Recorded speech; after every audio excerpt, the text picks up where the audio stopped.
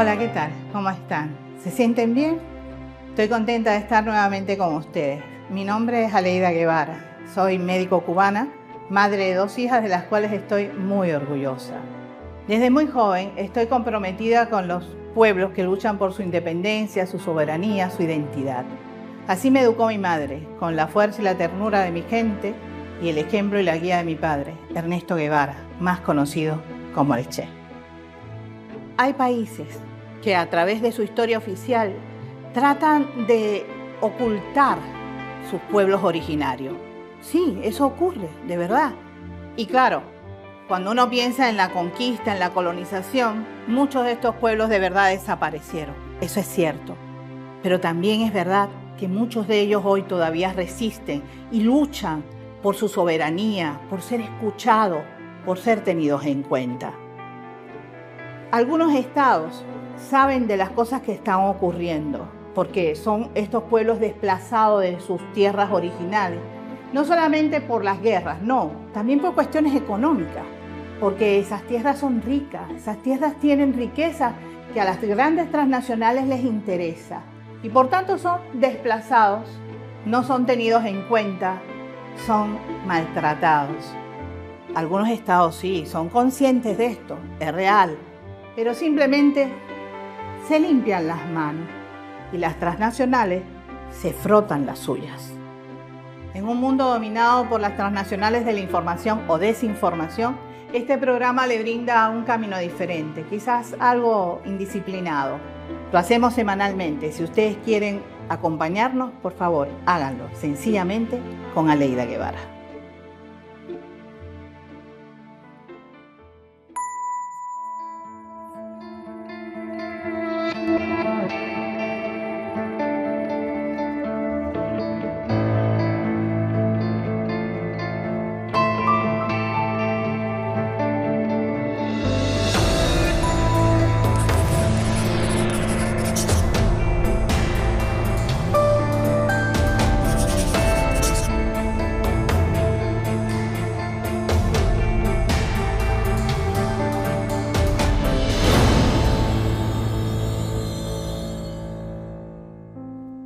Argentina es un lugar muy especial. Durante mucho tiempo ni siquiera se veían sus poblaciones autóctonas. Fueron desplazadas hacia lugares que los mismos argentinos, por lo menos los de clase media, no iban a esos lugares, ¿no? Mi papá nació así, con una clase más o menos media, y no tenía ese contacto directo. Pero hace un primer viaje por su propio país en una bicicleta con un motorcito. Y ahí comienza a tener un conocimiento más o menos de la población real de Argentina. Pero no es hasta que hace su primer viaje por América Latina que, por suerte, él escribía siempre todas las cosas más importantes y el Centro de Estudios Che Guevara logra hacer el primer libro que hace es realmente con esas notas de viaje. Es un libro especial, de verdad, porque está escrito por un hombre muy joven, un hombre de 23, 24 años y de verdad es muy fresco, con una prosa muy fácil. Y de aquí yo saqué algunas de las cosas que les voy a comentar. En ese primer viaje que él cruza allá los Andes hacia Chile, se encuentra con los mapuches chilenos. Y es interesante, porque su país está con una gran influencia de Europa. Él no tiene ese contacto directo con población autóctona. Y los mapuches argentinos logran hablar en mapuche, pero ya no lo escriben. Han perdido parte de su cultura. Sin embargo, en Chile no. En Chile está presente, con fuerza. Ya le llama mucho la atención esto. Es decir, cómo Chile mantiene sus raíces culturales mucho más fuertes que Argentina. Allí sigue su camino para Perú y se encuentra entonces con la población aymara. Esta población fue siempre muy guerrera, muy valiente. Nunca se dejó dominar completamente por los incas. Pero cuando él llega a estos pueblitos, que son, él describe muy pintorescos, muy bonitos, pero muy rudimentarios, son pueblos de aquella época. Y entonces él nota que la mirada de los aymara ya no es igual, ya no tiene esa fuerza. Él describe una mirada como vencida y que algunas personas, a él le da la impresión de que viven por inercia, porque tienen que seguir viviendo, pero ya no les llama la atención el mundo exterior. Sigue su camino y ahí descubre algunas cosas. Mi papá siempre está investigando, siempre está aprendiendo algo, ¿no? Y él ve que muchos de estos aymara, cuando van caminando, escupen en el suelo. Pero como ellos casi no hablan español, no hay una comunicación. Él no se entera de por qué pasa esto, hasta que encuentra a un profesor de origen aymara que les cuenta la historia. Resulta que es una tradición para el pueblo aymara escupir, no, poner piedras en el camino, porque eso significa que al poner una piedra estás dejando ahí tus penas en la Pachamama, en la gran tierra, ¿no?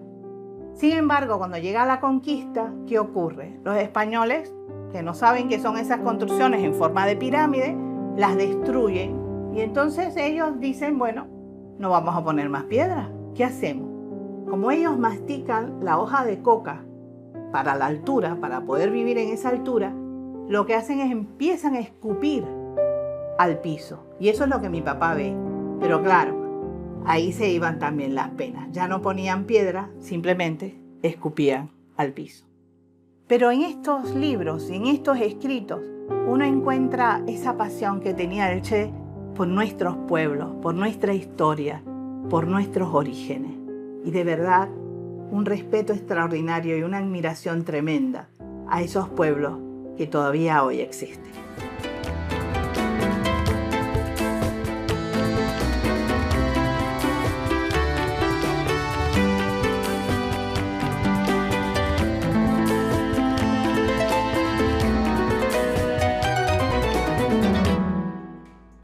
Australia rechazó en un referendo una propuesta para modificar la Constitución de 1901, que tenía el objetivo de crear un organismo consultivo que diera voz a los indígenas ante el legislativo y el ejecutivo sobre las cuestiones que los afectan. No se preocupen. Posiblemente esto sea una noticia vieja. Debe ser de hace mucho tiempo. ¿No? Es del mismísimo 2023. Vamos a seguir leyendo. Los australianos negaron rotundamente mayores derechos para los ciudadanos indígenas y en este sentido dejaron intacta la constitución del país de 122 años de antigüedad. Vamos, se dice fácil, pero ¿sabes lo que es creer esto? Y es que Australia, fíjense, es quizás el único país o uno de los pocos países que fue colonia que no reconoce a sus poblaciones autóctonas. Bueno, realmente fue primero una cárcel, una señora cárcel, y después se convirtió en colonia. Pero todavía hoy responde como súbdita de la corona inglesa. Sin embargo, sigue sin reconocer los derechos de las poblaciones autóctonas de esas tierras. Los aborígenes australianos son los que llenan las cárceles. No hay leyes que los defiendan, que los protejan. Son los que menos salarios perciben y por supuesto mueren jóvenes porque la salud no llega a ellos. Escuchen esto, no fue hasta 1967 que el 91% de los australianos dijeron sí en un referendo para aceptar que se incluyera en un censo de población a la población autóctona de ese país. Es una cosa inaudita, ¿verdad? Pero miren, a mí me pasó algo bien interesante. La primera vez que fui a Australia, fui recibida en Melbourne. Y ahí en un gran teatro, bueno, hablaban la gente, dándome la bienvenida. De pronto se para una mujer que por las facciones sabíamos que era indígena. Se para con un bastón de madera en las manos y dice, no, ninguno de ellos puede darte la bienvenida a esta tierra. Ninguno de ellos son realmente australianos. Yo sí, y lo hago en nombre de mi pueblo. Sonó con el bastón sobre el piso del teatro y me dijo, ahora eres bien recibida.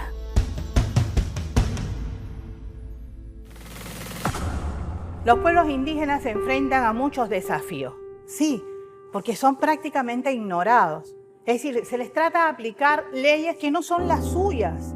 No se les respeta sus principios, su cultura, no se les tiene en cuenta. La representación de ellos desde el punto de vista político es nula o muy pobre y están muy lejos de los servicios de salud, de educación y hasta de alimentos. Los pueblos indígenas son desplazados de sus tierras ancestrales, tierras que fueron protegidas por ellos durante siglos. Claro, al ser protegidas, hoy tienen el 80% de la biodiversidad de nuestro planeta. Claro, tienen riquezas tremendas, tienen petróleo, gas, minerales diferentes. Y estos son apetecidos por las grandes transnacionales.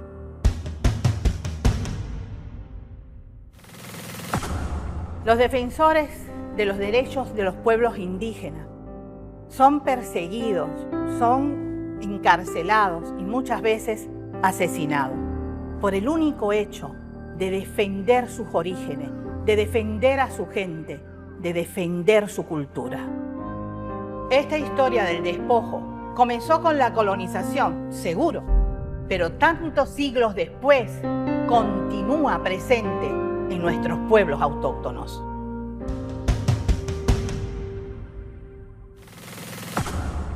Y de lo que vamos a hablar, y adelantamos algo, es de que envié ya una carta al rey de España y otra carta al Papa para que se haga un relato de agravios y se pida perdón a los pueblos originarios por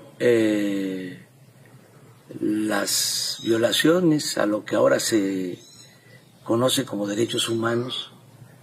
Hubieron matanzas,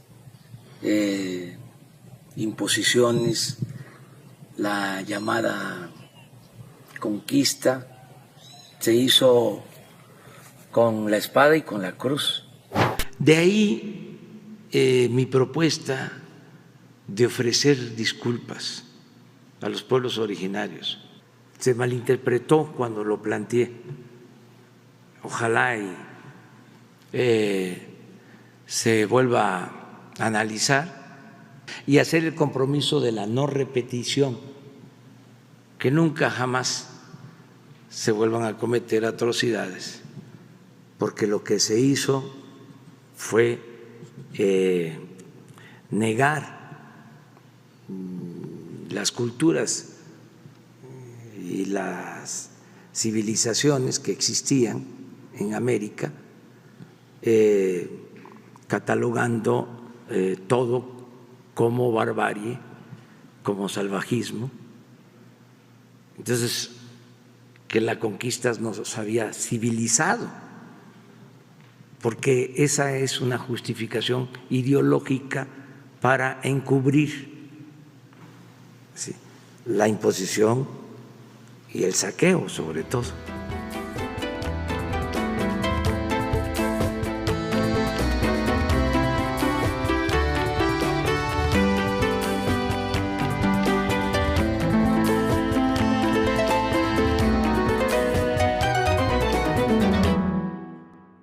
Lo dice López Obrador, el expresidente de México, la nación latinoamericana con más cantidad de población indígena. Ellos llegan a ser 27,5 millones de personas, lo que representa el 20% de la población mexicana. ¿Qué pidió? Pidió algo sencillo, pidió algo que además nos merecemos como pueblo. Es que nos pidan disculpas, que nos pidan perdón por toda una colonización desastrosa que acabó con pueblos enteros, pero además que nos ha saqueado durante siglos todas nuestras riquezas. ¿Y qué provocó eso? ¿Qué fue lo que provocó? Una respuesta absurda, una respuesta que habla del racismo que todavía hay en las mentes de esa dirección del Estado español. De verdad es vergonzoso, porque además se burlaron. Señores, nos deben eso y mucho más, porque su riqueza está basada en esa explotación durante siglos de nuestros pueblos. Eso no pueden olvidarlo. Realmente tengo alguna experiencia de vida con estas poblaciones. Mi primer contacto fue cuando tenía 13 años, porque estaba Velasco Alvarado de presidente de Perú y nos invitó y nosotros fuimos. Fuimos, por supuesto, a la selva y fuimos a ver, por ejemplo, a los yaguas, a los jíbaros, que son tribus que mi papá también había visto mucho tiempo antes. Y de verdad me impresionó, ¿saben? Porque a mí siempre me han gustado los niños. Así que empecé a ver, eran niños pequeñitos, como desnutridos, algunos con unas pancitas grandes que uno pensaba enseguida tiene mucho parásito intestinal, seguramente. Y cargué a una de esas niñas. Yo tenía 13 años. Pensé que la niña tenía 4 o 5. ¿Saben qué edad tenía? 11 años. 11 años. Desnutrida, sin crecimiento. Esas fueron las primeras impresiones que tuve con tribus, con poblaciones autóctonas. Años después ya me fui para Nicaragua. Y ahí hice mi último año de la carrera. Y ahí ya empecé con experiencia directa de trabajo con poblaciones autóctonas. Muy difícil para mí. De verdad, en los primeros momentos me sentí mal, porque yo vengo de una cultura diferente. Mucho negro en Cuba, ¿verdad? Y entonces en ese sentido son rápidos, las respuestas son directas, te miran a la cara y te dicen sí o no. Los indígenas no hacían eso. Bajaban su cabeza, decían sí, doñita, y después hacían lo que querían. Y al inicio no entendía por qué. Claro, cuando tú miras sus historias te das cuenta que son siglos de dominación. Siglos en los cuales ellos han tenido que sobrevivir. Y es una forma también de rebeldía, es una forma de defender su identidad. El sí, doñita, sí, pero después hacen lo que tienen que hacer. He trabajado con las parteras quichuas, he aprendido mucho de ellas, he aprendido de verdad cosas interesantes. Ustedes saben que, por ejemplo, ahí los quichuas tienen una escuelita. En esa escuelita se respeta a los niños, fíjense, porque normalmente en las escuelas tradicionales los niños entre 4 y 5 años tienen que aprender a leer ciertas palabras, ciertas letras, a conocerlas. Sin embargo, ellos no. Ellos esperan que el niño tenga el deseo de aprender. Es una cosa muy interesante. No los quiero cansar con historias, pero de verdad tienen tanto que mostrar, tanto que enseñarnos, que es vergonzoso que haya personas que digan que son civilizados y que piensen como esos españoles. Da pena.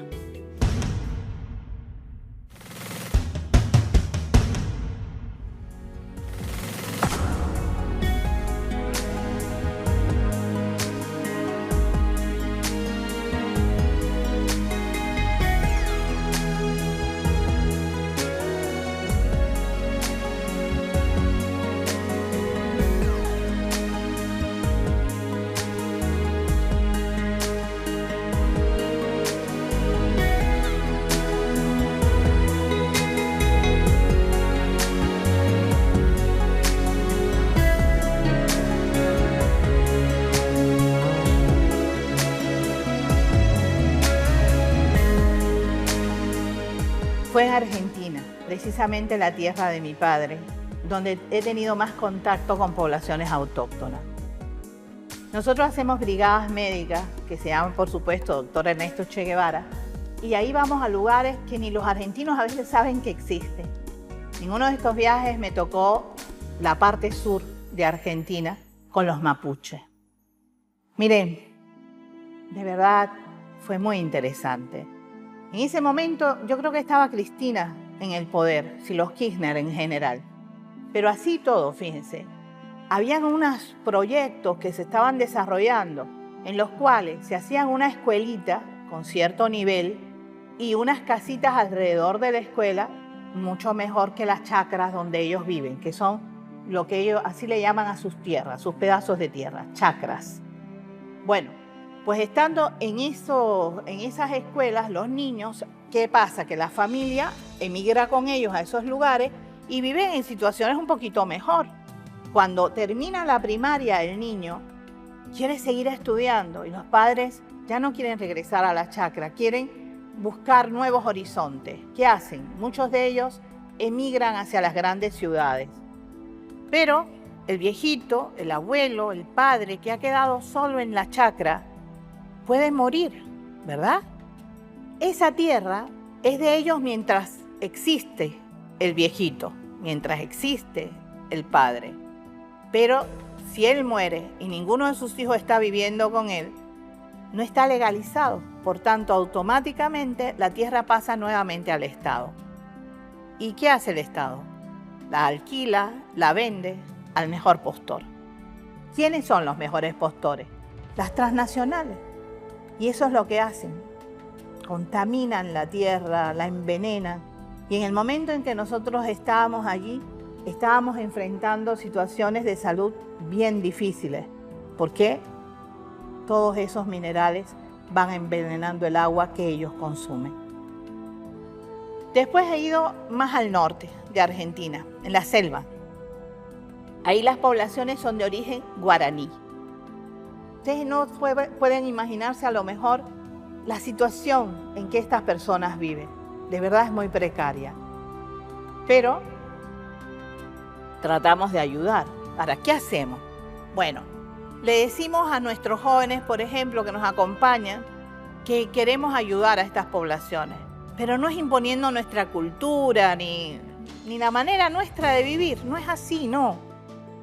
Es tratando de que podamos, por ejemplo, acercarle las tomas de agua a donde ellos viven y si ellos quieren y nos los permiten, mejorarle un poco las viviendas, pero según como ellos quieran, no imponiendo otra cultura.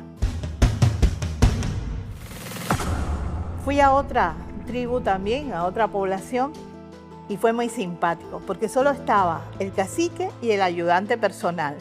Y cuando preguntamos, ¿dónde están los demás?, nos dijeron, visitando a la familia.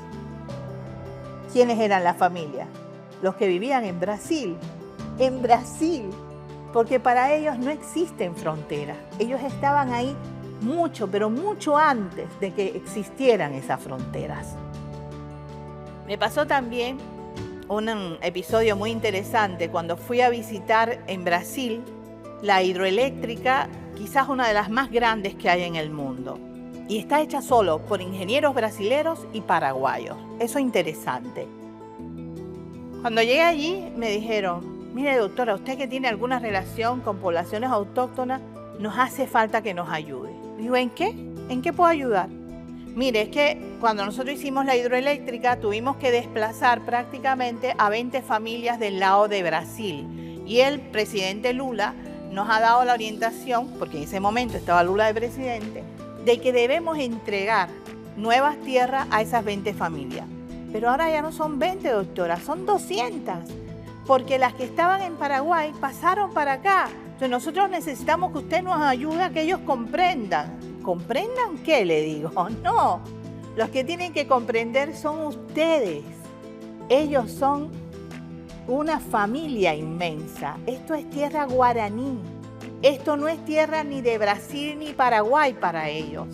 Entonces, no, querido, tienen que darle tierra. Es su tierra y ellos la merecen.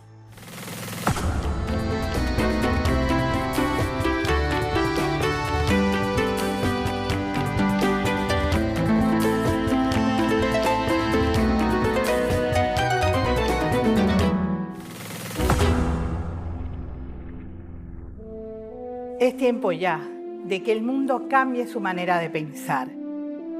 Tiene que cambiar de verdad profundamente esa mente colonialista que está en todas partes del mundo.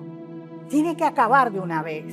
Y tenemos que emplear de verdad una palabra pequeñita que casi nadie escucha o practica. Respeto. Respeto a nuestros pueblos autóctonos. Respeto a su cultura, respeto a su dignidad, respeto a su derecho de vida. Estos pueblos tienen mucho que aportar, tienen muchísimas enseñanzas que darnos.